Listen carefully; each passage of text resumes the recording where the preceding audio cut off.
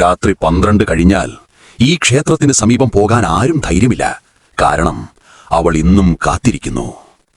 തിരുവനന്തപുരത്തിന്റെ ഹൃദയഭാഗത്ത് നൂറ്റാണ്ടുകളുടെ പഴക്കം വഹിക്കുന്ന ഒരു ക്ഷേത്രം. പകൽ സമയം ആയിരക്കണക്കിന് ഭക്തരെത്തുന്ന സ്ഥലം.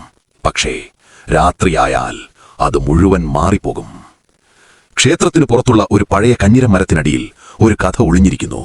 ഒരു ശാപം, ഒരാത്മാവ്. പറയപ്പെടുന്നത് ഒരിക്കൽ അവൾ ഒരു സുന്ദരിയായിരുന്നു, രാജകീയ കുടുംബവുമായി ബന്ധമുള്ളവൾ.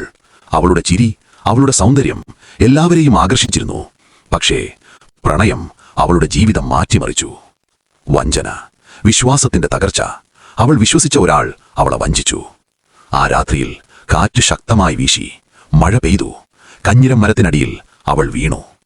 അവളുടെ മരണം സാധാരണമായിരുന്നില്ല, അതൊരു ശാപമായി മാറി. അവൾ തിരിച്ചു വന്നു, മനുഷ്യയായല്ല, ഒരു ഭീകരമായ രൂപത്തിൽ. യക്ഷി. വെളുത്ത വസ്ത്രം, നീണ്ട മുടി, മനുഷ്യരെ ആകർഷിക്കുന്ന സൗന്ദര്യം. പക്ഷേ അവളുടെ കണ്ണുകൾ ചുവപ്പായിരുന്നു. അവൾ രാത്രിയിൽ മാത്രം പ്രത്യക്ഷപ്പെടും, മനുഷ്യരെ വിളിക്കും മധുരമായ ശബ്ദത്തിൽ. ഇങ്ങോട്ട് വാ. ഒരു യുവാവ് ഒരു രാത്രി ക്ഷേത്രത്തിന് സമീപം നടക്കുകയായിരുന്നു. അവൻ ആ ശബ്ദം കേട്ടു. അവൻ തിരിഞ്ഞു നോക്കി. ഒരു സുന്ദരി, പുഞ്ചിരിയോടെ. പക്ഷേ അവളുടെ കണ്ണുകളിൽ മനുഷ്യരല്ലാത്ത എന്തോ ഉണ്ടായിരുന്നു. അടുത്ത ദിവസം അവനെ കണ്ടെത്തിയത് കഞ്ഞിരം മരത്തിനടിയിൽ, ജീവനില്ലാതെ. പഴയ പുരോഹിതർ പറയുന്നു, ഈ യക്ഷി ഒരു സാധാരണ ആത്മാവല്ല, ക്ഷേത്രത്തെ കാക്കാൻ ഒരു ദൈവിക ശക്തിയാൽ ബന്ധിക്കപ്പെട്ടവൾ. ചിലർ പറയുന്നു അവൾ ഒരു ശാപം, ചിലർ പറയുന്നു അവൾ ഒരു രക്ഷകൻ.